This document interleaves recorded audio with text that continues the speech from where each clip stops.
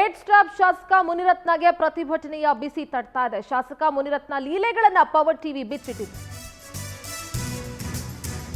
Eight ಸೋಂಕಿತರ ರಕ್ತವನ್ನ ಬಳಸಿಕೊಂಡು ಹೇಗೆ ಬೇರೆಯವರನ್ನ ಟ್ರ್ಯಾಪ್ ಮಾಡಲಿಕ್ಕೆ ಮುನಿರತ್ನ ಟ್ರೈ ಮಾಡ್ತಾ ಇದ್ರು ಅನ್ನುವಂತ ಮುನಿರತ್ನ ಅವರ ಲೀಲೆಗಳನ್ನ ಪವರ್ ಟಿವಿ ಬಿಚ್ಚಿಟ್ಟಿತ್ತು. ಮುನಿರತ್ನ ಕಾರಿನ ಮೇಲೆ ಮೊಟ್ಟೆ ಎಸೆದು ಪ್ರತಿಭಟನಾಕಾರರು ನಡೆಸ್ತಾ ಇದ್ರು. ಕಾಂಗ್ರೆಸ್ ಕಾರ್ಯಕರ್ತರು ಪ್ರತಿಭಟನೆ ನಡೆಸಿ ಆಕ್ರೋಶವನ್ನ ಹೊರಹಾಕಿದ್ರು. ಪವರ್ ಟಿವಿ ವರದಿ ಬಳಿಕ ಮುನಿರತ್ನಗೆ ಸಂಕಷ್ಟಗಳ ಸರಮಾಲೆ ಶುರುವಾಗ್ತಾ ಇದೆ. ಬೆಂಗಳೂರಿನ ನಂದಿನಿ ಲೇಔಟ್ನಲ್ಲಿ ನಡೆದಿರುವಂತಹ ಘಟನೆ ಇದು. ಕೂಡಲೇ ನಂದಿನಿ ಲೇಔಟ್ ಪೊಲೀಸರು ಮಧ್ಯಪ್ರವೇಶ ಮಾಡಿದ್ರು. 20 ಮಂದಿ ಕಾರ್ಯಕರ್ತರನ್ನ ವಶಕ್ಕೆ ಪಡ್ಕೊಂಡಿದೆ ಖಾಕಿ. ವಾಜಪೇಯಿ ಜನ್ಮ ದಿನಾಚರಣೆಗೆ ತೆರಳುತ್ತಾ ಇದ್ರು ಶಾಸಕ. ಈ ಸಂದರ್ಭದಲ್ಲಿ ಕೈ ಕಾರ್ಯಕರ್ತರು ಲಕ್ಷ್ಮೀದೇವಿ ನಗರದಲ್ಲಿದ್ದಂತಹ ಕಾರ್ಯಕ್ರಮದಲ್ಲಿ ಆಯೋಜಿಸಿದಂತಹ ಕಾರ್ಯಕ್ರಮದಲ್ಲಿ ಹೋಗ್ಲಿಕ್ಕೆ ಅಂತ ಮುನಿರತ್ನ ಅವರು ಹೊರಡ್ತಾ ಇದ್ರು. ಆ ಸಂದರ್ಭದಲ್ಲಿ ಕೈ ಕಾರ್ಯಕರ್ತರು ಮೊಟ್ಟೆ ಎಸೆದು ಆಕ್ರೋಶವನ್ನ ವ್ಯಕ್ತಪಡಿಸಿದ್ರು ಮುನಿರತ್ನ ಅವರ ಕಾರಿನ ಮೇಲೆ. ಸದ್ಯ ಪ್ರತಿಭಟನಾಕಾರರನ್ನ ಖಾಕಿ ವಶಕ್ಕೆ ಪಡ್ಕೊಂಡಿದೆ. 20 ಮಂದಿಯನ್ನ. ಪವರ್ ಟಿವಿಯಲ್ಲಿ ಶಾಸಕ ಮುನಿರತ್ನ ಅವರ ಲೀಲೆಗಳು ಪ್ರಸಾರ ಆದ ನಂತರ ಒಂದಾದ ಮೇಲೆ ಒಂದು ಸಂಕಷ್ಟ ಎದುರಾಗ್ತಾ ಇದೆ.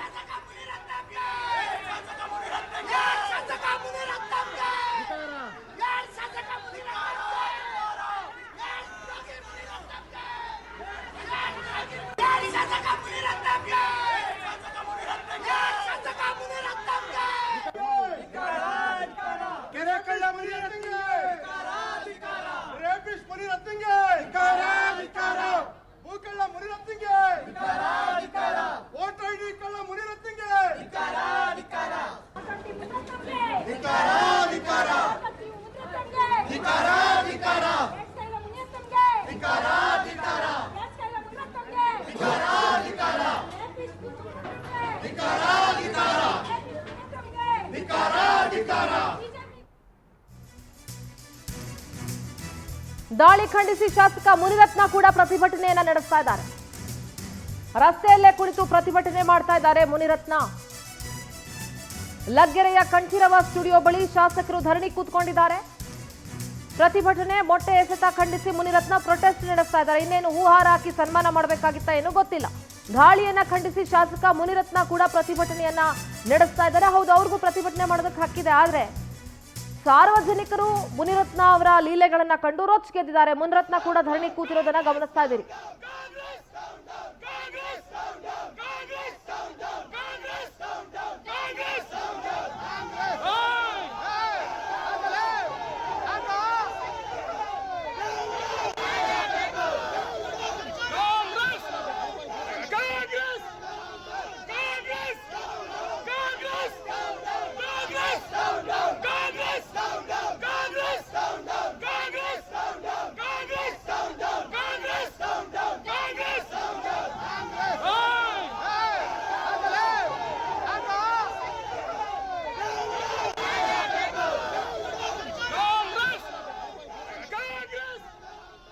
ನಮ್ಮ ಪೊಲಿಟಿಕಲ್ ಕರೆಸ್ಪಾಂಡೆಂಟ್ ರೂಪೇಶ್ ನೇರ ಸಂಪರ್ಕದಲ್ಲಿ ಜಾಯ್ನ್ ಆಗ್ತಾ ಇದ್ದಾರೆ. ರೂಪೇಶ್, ಸದ್ಯ ಮುನಿರತ್ನ ವಿಚಾರ, ಮುನಿರತ್ನ ಲೀಲೆಗಳನ್ನ ಪವರ್ ಟಿವಿ ಎಳೆಯಾಗಿ ಬಿಚ್ಚಿಟ್ಟಿತ್ತು. ಅದಾದ ಮೇಲೆ ಜೈಲಿಗೆ ಹೋದ್ರು, ಬೇಲ್ ಕೂಡ ಆಯ್ತು, ಹೊರಗಡೆ ಬಂದಿದ್ದಾರೆ. ಈಗ ಅವರು ಒಂದು ಕಾರ್ಯಕ್ರಮಕ್ಕೆ ಹೋಗಬೇಕಾದ್ರೆ ಅವರ ಕಾರಿನ ಮೇಲೆ ಮೊಟ್ಟೆ ಎಸೆತ ಆಗುತ್ತೆ, ಅವ್ರ ಮೇಲೆ ದಾಳಿ ಮಾಡುವಂತ ಕೆಲಸಗಳಾಗುತ್ತೆ. ಕಾರ್ಯಕರ್ತರನ್ನ ಪೊಲೀಸರು ವಶಕ್ಕೆ ಪಡ್ಕೊಂಡಿದ್ದಾರೆ. ಸದ್ಯ ಮುನಿರತ್ನ ಅವರು ಕೂಡ ಪ್ರೊಟೆಸ್ಟ್ ಮಾಡ್ತಾ ಇದ್ದಾರೆ. ಸದ್ಯದ ಅಪ್ಡೇಟ್ಸ್ ಏನಿದೆ?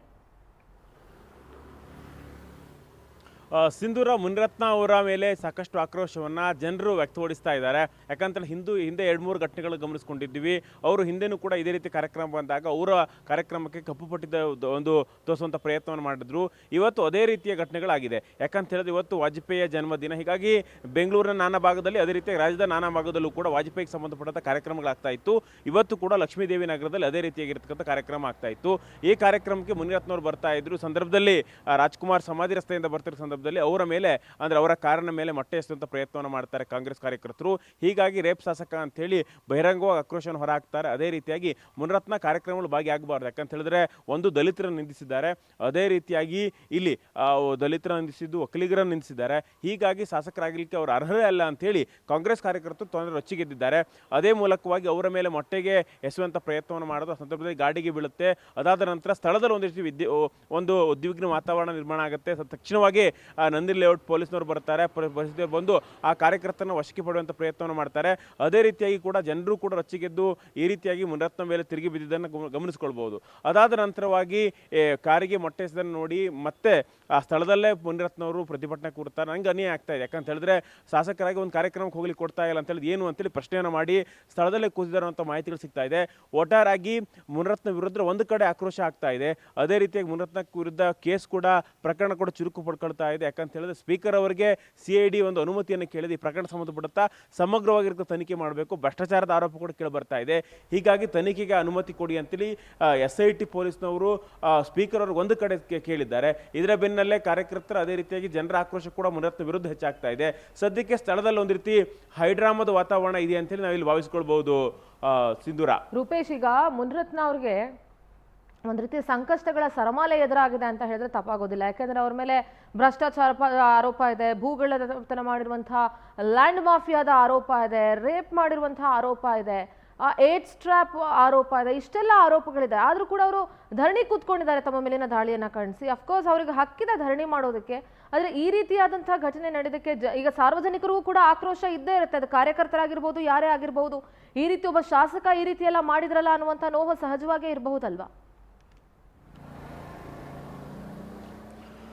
ಇಲ್ಲಿ ಕಾರ್ಯಕರ್ತರ ಆಕ್ರೋಶ ಇದೆ. ಯಾಕಂತ ಹೇಳಿದ್ರೆ ಆ ಕ್ಷೇತ್ರದಲ್ಲಿ ಅವರು ದಲಿತರ ನಿಂದಿಸಿದ್ದಾರೆ, ಇದ್ರ ಬಗ್ಗೆ ಯಾವುದೇ ರೀತಿಯಾಗಿದ್ದಕ್ಕೆ ಕ್ಷಮೆ ಕೇಳಿರಲಿಲ್ಲ. ಅದೇ ರೀತಿಯಾಗಿ ಒಕ್ಕಲಿಗರ ಬಗ್ಗೆ ಮಾತಾಡಿದ್ದಾರೆ, ಒಕ್ಕಲಿಗರ ಹೆಣ್ಣು ಮಕ್ಕಳ ಬಗ್ಗೆ ಮಾತಾಡಿದ್ದಾರೆ. ನಿಜಕ್ಕೂ ಕೂಡ ಎರಡು ಸಮುದಾಯ ಮೊನ್ನೆನೂ ಕೂಡ ಈ ರೀತಿಯಾಗಿ ಕಪ್ಪು ಪಟ್ಟಿಯನ್ನು ತೋರಿಸಿದಾಗ ಎರಡು ಸಮುದಾಯವು ಪ್ರಮುಖವಾಗಿ ಮುನಿರತ್ನ ವಿರುದ್ಧ ರೆಬೆಲ್ ಆಗಿತ್ತು. ಯಾಕಂತ ಹೇಳಿದ್ರೆ ಈ ರೀತಿಯಾಗಿ ಅವಮಾನವನ್ನು ಮಾಡಿದವರು ನಮಗೆ, ಹೀಗಾಗಿ ಬಹಿರಂಗ ಕ್ಷಮೆ ಕೇಳಿರಲಿಲ್ಲ, ಹೀಗಾಗಿ ಶಾಸಕ ಸ್ಥಾನದಲ್ಲಿ ಇರಲಿಕ್ಕೆ ಅವರು ಅರ್ಹರಲ್ಲ ಅಂತೇಳಿ ವಾದಿಸಿದ್ರು. ಅದೇ ಮಾದರಿಯಲ್ಲಿ ಇವತ್ತು ಕೂಡ ಅವರ ವಿರುದ್ಧವಾಗಿ ಆಕ್ರೋಶವನ್ನು ಹೊರಹಾಕಿರ್ತಕ್ಕಂಥದ್ದು. ಅದೇ ರೀತಿಯಾಗಿ ಇಲ್ಲಿ ಮೊಟ್ಟೆಯನ್ನು ಎಸ್ತು ಅವರ ವಿರುದ್ಧ ಆಕ್ರೋಶವನ್ನು ಹೊರಹಾಕಿ ಈ ರೀತಿಯಾಗಿ ರೇಪ್ ಶಾಸಕ ಅಂತೇಳಿ ಘೋಷಣೆಯನ್ನು ಕೂತ್ಕೊಂಡು ಹೋಗಿದ್ದನ್ನು ಕೂಡ ಗಮನಿಸಿಕೊಂಡಿದ್ದೇವೆ. ಅದಾದ ಬಳಿಕವಾಗಿ BJP ಕೂಡ ಧಿಕ್ಕಾರವನ್ನು ಕೂಗಿದ್ದಾರೆ. ಯಾಕಂತ ಹೇಳಿದ್ರೆ BJP ಮುನಿರತ್ನಕ್ಕೆ ಸಪೋರ್ಟ್ ಮಾಡ್ತಾ ಇತ್ತು ಅಂತ, BJP ನಾಯಕರ ವಿರುದ್ಧವೇ ಷಡ್ಯಂತ್ರ ಮಾಡ್ತಾ ಇದ್ರು ಕೂಡ BJP ಅವರಿಗೆ ಸಪೋರ್ಟ್ ಮಾಡ್ತಾ ಇದೆ ಅಂತೇಳಿ ಆಕ್ರೋಶವನ್ನು ಹೊರಹಾಕಿದ್ರು. ಇವತ್ತು BJP ಕಚೇರಿಯಲ್ಲಿ ಇರತಕ್ಕಂಥ ಕಾರ್ಯಕ್ರಮವನ್ನು ಮುಗಿಸಿ ಹೋಗುವಾಗ ಈ ಘಟನೆ ನಡೆದಿದೆ. ಹೀಗಾಗಿ ಶಾಸಕರಾಗಿದ್ದು ಅವರು ಧರಣಿ ನಡೆಸೋದು ಸಹಜ. ಯಾಕಂತ ಹೇಳಿದ್ರೆ ಈ ರೀತಿಯಾಗಿ ಶಾಸಕರಾಗಿ ನನ್ನ ಕರ್ತವ್ಯಕ್ಕೆ ಬರ್ತಿಲ್ಲ ಅಂತೇಳಿ ಇಲ್ಲಿ ಒಂದು ಧರಣಿ ನಡೆಸ್ತಾ ಇದ್ದಾರೆ. ಆದರೂ ಕೂಡ ಒಂದು ಜನರಲ್ ಆಗಿರತಕ್ಕಂಥ ಪ್ರಶ್ನೆಗಳು, ಯಾಕಂತ ಹೇಳಿದ್ರೆ ಮುನಿರತ್ನ ಅವರು ಬಹಿರಂಗ ಕ್ಷಮೆಯನ್ನು ಕೋರಬೇಕು. ಯಾಕಂತ ಹೇಳಿದ್ರೆ ಇಲ್ಲಿ ದಲಿತರಿಗೆ ಅನ್ಯಾಯವನ್ನು ಮಾಡಿದ್ದಾರೆ, ದಲಿತರಿಗೆ ಮೇಲೆ ಒಂದು ಈ ರೀತಿಯಾಗಿರ್ತಕ್ಕಂಥ ಆರೋಪಗಳನ್ನು ಮಾಡಿ ಅವ್ಯಾಚ್ಯದ ನಿಂದನೆ ಮಾಡಿದ್ದಾರೆ. ಹೀಗಾಗಿ ಇದಕ್ಕೆ ಸಂಬಂಧಪಟ್ಟ ಕ್ಷಮೆಯನ್ನು ಕೇಳಬೇಕು, ಅವರು ಶಾಸಕ ಸ್ಥಾನಕ್ಕೂ ಕೂಡ ರಾಜೀನಾಮೆ ಕೊಡಬೇಕು ಅಂತೇಳಿ ಸ್ಥಳೀಯರು ಆಗ್ರಹಿಸ್ತಾ ಇದ್ದಾರೆ. ಇದಕ್ಕೆ ಮುನಿರತ್ನ ಏನಂತಾರೆ, ಯಾವ ಸ್ಪಷ್ಟನೆ ಕೊಡ್ತಾರೆ ಅಂತ ನೋಡ್ಬೇಕಾಗುತ್ತೆ. ಮಾಹಿತಿಗಾಗಿ